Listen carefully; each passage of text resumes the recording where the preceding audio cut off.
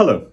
I wanted to talk a little bit today about bullying, and I know I've done this a few times in the past, but I was very interested today to get a message from the BBC asking me whether or not I'd got a television license. As a matter of fact, the answer is yes. And but it was the extra information which was contained in that message.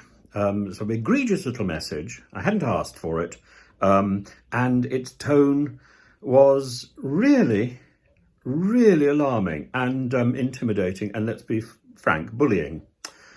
It said that I needed a TV license if I watched YouTube or Amazon. Completely untrue.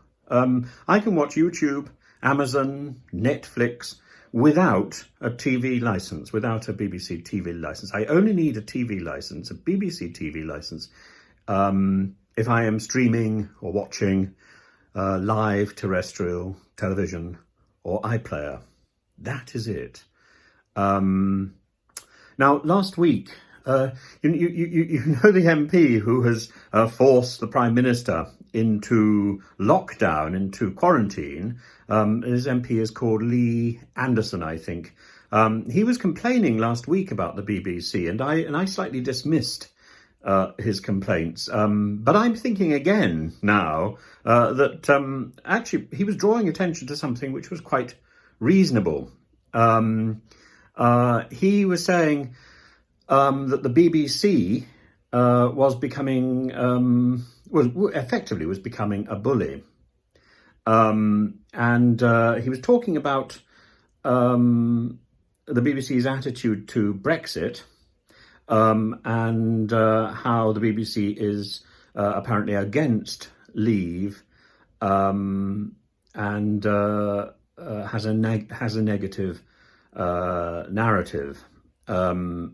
I don't want to comment about that particularly, but he went on to say that as a result of the BBC's particular narrative on this subject, people are leaving the BBC in droves, and he himself has now cancelled his own television licence. Actually, to draw also from the Brexit narrative, from something which has been said today, he clearly has walked before he was pushed.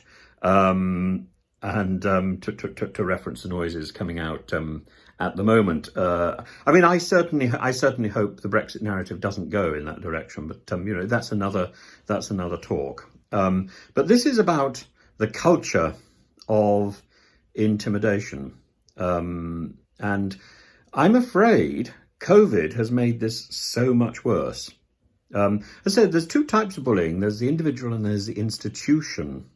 And in terms of the institution, institutional bullying, I am sure that most institutions follow the letter of the law. But we can think of those appalling security checks by the banks and actually almost any institution that you ring up today, and the reading of these terms of contract, and this is just a litany of attrition. It sets a tone for the conversation that follows that is intimidating, and I find that disturbing. It cannot be questioned, by the way. When it comes to personal bullying, well, I've worked in schools for a long time. I have never known a bully who was not essentially a pathetic individual, deeply needy, more needy even than I am, who just craved affection and attention. So the best approach to bullying is to give them that affection and attention that they so need and change their character. I am not a great fan of supporting the process of zero tolerance, which seems to me to be an opportunity to bully the bully, which isn't going to fix anything. What we have to do is to turn this bad behaviour round.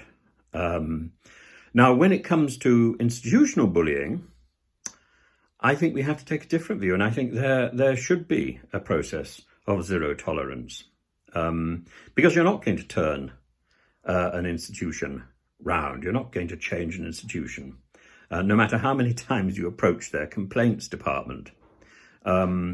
We need more organisations to listen, to lessen the aggression, and to lie less. An advert, to go back to the BBC, an advert that is wrong is always exposed in time. And behaviour that is wrong is always going to be called out. So I don't really know immediately what the answer is, except that I need another selfie stick because mine, I think, is just broken. We just need to be vigilant, and we need to be resilient. So vigilant and resilient in the face of what seems to me to be an increasing incidence of institutional bullying, of which this BBC nonsense is a very good example. So if you've got any thoughts about this, I'm sure you will have, please leave them below. Please subscribe and let me know what other subjects I should be talking about, or indeed if I should be talking at all. But please do leave your comments below. I'm very interested to hear them and to hear the sort of debate. Bye-bye.